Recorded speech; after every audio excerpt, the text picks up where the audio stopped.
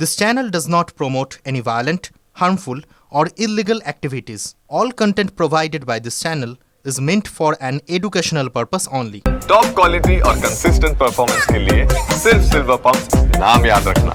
দিন দিন লাফিয়ে লাফিয়ে বাড়ছে ডিভোর্সের সংখ্যা আর মামলা জমা হচ্ছে আদালতে। 2021 থেকে 2024 পর্যন্ত পরিসংখ্যান বলছে প্রায় 3 শতাধিক মামলা ডিভোর্সে জমা আছে আরামবাগ আদালতে। আর 2025-এ ইতিমধ্যেই 74টি মামলা দাখিল হয়ে গিয়েছে। কেন ডিভোর্সের সংখ্যা এরকম লাফিয়ে লাফিয়ে বাড়ছে?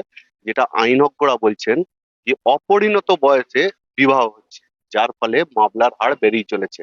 তা 1-2 বছর যেতে না যেতেই ডিভোর্স হচ্ছে, ডিভোর্সের সংখ্যা বেড়েই চলেছে। অন্যদিকে কিছু পারিবারিক চাপের ফলে তারা ডিভোর্স করতে বাধ্য হচ্ছে। এইরকম উঠে এসছে আমাদের ক্যামেরার সামনে। আমার 1 বছর আগে বিয়ে হয়েছে। আমার বাড়ির সবাই সম্বন্ধ করেই বিয়েটা দিয়েছে, কিন্তু এখন ওরা চাইছে যে যাতে আমি বিয়েটা ভেঙে দিয়ে বাইরে বিয়ে পালিয়ে সরে যায়। আর তাই আমি আজকে থানা দ্বারস্থ হয়েছি। কত বছর? আমার 21 বছর বয়স। 20-তে বিয়ে হয়েছে, 2022 20-তে। আমি চাই যে না, আমি আমার শ্বশুর বাড়ি করবো, সংসার করবো, ওটা কথা শুনবো না। আমার বাড়ির লোক চাইছে যে আমি যাতে ওর বিয়েটা ছেড়ে দিই, সংসারটা ভেঙে ডিভোর্সটা যাতে হয়। আমি চাইছি যে আমার স্ত্রী এখন সাবালিকা, ও সুখে শান্তিতে ঘর সংসার করছে আমাদের ফ্যামিলির সাথে। তো ওদের বাড়ি থেকে একটা চাপ দিচ্ছে যে ওকে সংসার করতে দেওয়া হবে না এবং ডিভোর্স দিয়ে ওকে চলে যেতে হবে, ওরা ওর 10খানা বিয়ে দিয়ে দেবে। তো এইগুলো তো অনৈতিক কথা। ওর যেহেতু কোনো প্রবলেম নেই, ও সুখে শান্তিতে সংসার করছে, সেখানেতে ও একজন সাবালিকা, ওর মতামতের দামটা না দিয়ে ওরা জোর করে ওকে বিয়ে দিতে চাইছে, ডিভোর্স দিতে চাইছে। এটা নিয়ে বলতে গেলে আমাদের সমাজটা মনে হচ্ছে যেন বিয়েটাকে সবাই মুড়ি মুড়কির মতো ভেবেছে। আসলে তারা এই যে বিয়েটা দিচ্ছে, যে দুটো পরিবারের মধ্যে যে বন্ধন বা স্বামী স্ত্রীর যে বন্ধন, সেটাকে পুরো পুতুল খেলা বা ছেলে খেলার মতো মনে করেছে। যে আজকে বিয়ে দেবো, কালকে বাড়ি নিয়ে চলে যাব, দিয়ে আবার একটা বিয়ে দেবো, যেন মনে হচ্ছে এখানে কোথাও একটা কোনো ব্যবসার মতো চালু করে দিয়েছে। এরা কোনোভাবেই বিয়েটাকে টিকিয়ে রাখতে চাইছে না। আজকে গোঘাট থানাতে এসেছিলাম, তার কারণ বালি অঞ্চলের একজন মহিলা 21 বছর, যার বর্তমান বয়স, তার বাবা মা কেউ নেই। তো 3 বোনেদের দেখাশোনা করতো মাসি, মামা, দিদা, মেশোরা।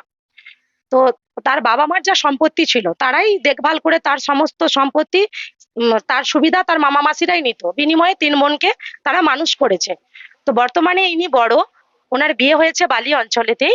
সেখানে মেয়েটাকে বারবার চাপ দেওয়া হচ্ছে যে ওখানে ডিভোর্স করে তোমাকে চলে আসতে হবে। শুধু চাপ না, এমন অসভ্য ভাষায় গালিগালাজ, জামাইকে, তার শাশুড়িকে মারধর করব। যখন তার নাম্বার ব্লক করে দেওয়া হচ্ছে, তখন তার বাড়িতে পর্যন্ত চলে যাচ্ছে। দেখুন, ডিভোর্সের সংখ্যা বাড়ছে। প্রথম কারণ আমার যেটা মনে হয় ব্যক্তিগতভাবে, সেটা হচ্ছে বর্তমানে মানিয়ে নেওয়ার প্রবণতা মানুষের মধ্যে কমে গেছে। অ্যাডজাস্টমেন্ট, কারণ আমরা বৈবাহিক সম্পর্কে আবদ্ধ হওয়ার পরে আমরাও নিজেরা উপলব্ধি করেছি যে অ্যাডজাস্টমেন্ট ছাড়া বৈবাহিক সম্পর্ক টিকিয়ে রাখাটা খুব কঠিন। কিন্তু এখন সমস্যা হচ্ছে প্রত্যেকটি বাবা মায়ের একটা করে সন্তান, তারা ছোটবেলা থেকেই আর কি কোনোভাবে মানিয়ে নেওয়াতে অভ্যস্ত নয়, শেয়ারিংয়ে অভ্যস্ত নয়, তারা কোনো রকম প্রতিকূলতায় অভ্যস্ত নয়। তার ফলে হয় কি, নতুন একটা পরিবেশে যখন যায়, সংসার জীবনে পদার্পণ করে, তখন সেখানে মানিয়ে নিতে অসুবিধা হচ্ছে। এছাড়া এখন মোবাইলের যুগে আমরাও দেখতে পাচ্ছি অনেক ক্ষেত্রে পরকীয়াটাও এক্ষেত্রে দায়ী, যেখানে দেখা যাচ্ছে যে একটা সোশ্যাল মিডিয়ার মাধ্যমে বা ফেসবুকের মাধ্যমে যোগাযোগ হচ্ছে, সেই একটা টানে বা প্রলোভনে সে হয়তো ইতিপূর্বে থাকা স্বামী সংসার ছেড়ে চলে যাচ্ছে, তারপরে ফাইনালি ডিভোর্স হচ্ছে। এবার সেই সংসারটা যে ও টিকছে তা নয়, সন্দেহের বীজ দেখা দিচ্ছে। সেক্ষেত্রে ডিভোর্সের সংখ্যা রাতারাতি খুব বেড়ে গেছে। এটা খুব উদ্বিগ্নর বিষয় এবং আমার মনে হয় এটা সমাজের একটা খারাপ দিক। দেখুন, ডিভোর্সের সংখ্যা বাড়ছে, যেহেতু আমি যতগুলো কেস করেছি এখন অবধি, আমার পয়েন্ট অফ ভিউ থেকে আমি বলছি যে ডিভোর্স জিনিসটা এখন সবার মধ্যে এখন এতটাই স্পিড ভাবে এতভাবে এগোচ্ছে যে জিনিসটা কি হচ্ছে কি, আগে যখন আমাদের মা বাবার টাইমের কথাই বলছি, সেই টাইমে এতটা ডিভোর্স হতো না। কারণ কি, মেয়েরা এতটা ইন্ডিপেন্ডেন্ট ছিল না। সেই ইন্ডিপেন্ডেন্টটাকে করে সেটা এখন সোসাইটিতে এরকম ভাবে ছড়িয়েছে যে মেয়েরা কাজ করছে, সেটা সমাজ অন্যভাবে নিচ্ছে। যে সমাজ ভাবছে যে মেয়েরা ইন্ডিপেন্ডেন্ট হয়ে গেছে, মেয়েরা সবকিছুই করতে পারবে, কিন্তু সেই জিনিসটা না, কিন্তু মেয়েদেরও তো চাই যে হ্যাঁ তারা নিজেরা সেলফ ইন্ডিপেন্ডেন্ট হোক, তারা কারোর উপর ডিপেন্ড না করুক। আজকে যদি তার কোনো কিছু দরকার হয়, কোনো কিছু ধরুন কোনো ড্রেসের দরকার হলো বা কোনো তার নিজস্ব কোনো চাহিদা মানে ইচ্ছা যেটা বলে, যেটা ও নিজে করতে পারবে, সেইটার জন্য যে থেকে খরচা করতে পারছে, সেটার জন্য কারোর কাছে হাত পাততে হচ্ছে না যে আমি আমার হাজবেন্ডকে বলবো যে তারপরে আমি পাবো, সেই জিনিসটা হচ্ছে না। কিন্তু সেই মেয়েরা যখন ইন্ডিপেন্ডেন্ট হয়ে যাচ্ছে নিজেরা, সেটাকে সমাজ অন্যভাবে নিচ্ছে যে মেয়েরা নিজের মতো অনেক কিছু করে ফেলছে, নিজেদের মতন করে লাইফ লিড করতে পারছে, সেইটাকে মানুষ অন্যভাবে নিচ্ছে। সেই জন্যই ডিভোর্সের আমার মনে হয় যেটা, যে সেটার একটা কারণ আছে। আর এখনকার আরেকটা কারণ যে বোথ পার্টির মধ্যে, দুটো পার্টির মধ্যেই ইগোইস্টিক ব্যাপারটা চলে এসেছে, যে খুব তারা নিজেদের মধ্যে নিজেদেরকে কম্পেয়ার করছে, যেখানে সেটা করা উচিতই না। একটা হাজবেন্ড ওয়াইফের রিলেশনের মধ্যে ইগো জিনিসটাকে কোনোভাবে রাখা উচিত না। এইটার একমাত্র কারণ আমার যেটা ব্যক্তিগত মতামত, যে সামাজিক অবক্ষয়।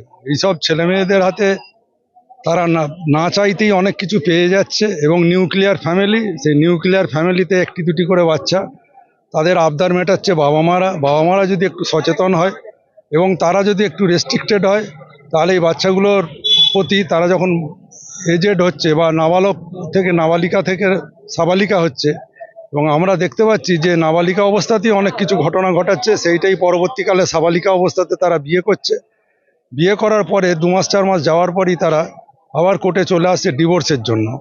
এইটা সামাজিক ব্যাধি বলে আমার মনে হচ্ছে, এবং তাদের শিক্ষার অভাব, সামাজিক শিক্ষার অভাব। এই পুরুষতান্ত্রিক সমাজ বলে যে নারী নির্যাতনটা সবটাই পুরুষরাই করছে, তাও নয়। সেখানে দেখা যাচ্ছে পুরুষরাও অত্যাচারিত হচ্ছে, কিন্তু তার জন্যে বিহিত বিকল্প একটা করা উচিত আমার মনে হয় সরকারি তরফ থেকে। এবং আইনজ্ঞ যারা আছেন, আইন যারা প্রণেতা, তারা যদি এইটা নিয়ে চিন্তা ভাবনা করে এবং এইগুলোর যাতে মিসইউজ না হয়, সেই দিকটাও আইন প্রণেতাদের দেখা উচিত। আদালতের সঙ্গে সঙ্গেও কিন্তু থানাতেও বাড়ছে মামলার চাপ, আর বিভিন্ন থানাতে বধূ নির্যাতনের অভিযোগ দায়ের হচ্ছে। ইতিমধ্যেই আরামবাগ থানায় 47টি বধূ নির্যাতনের মামলা হয়েছে, যারা সেপারেশন চায়। আর ওইটা 2024, আর 2025 সালে ইতিমধ্যেই 6টি মামলা হয়েছে, যারা সেপারেশন চায়। আর পুলিশ এদের নিয়েও ফাঁপড়ে পড়েছে। আর এই সমস্ত মামলাগুলি আবার কোর্টের আন্ডারে চলে যাচ্ছে।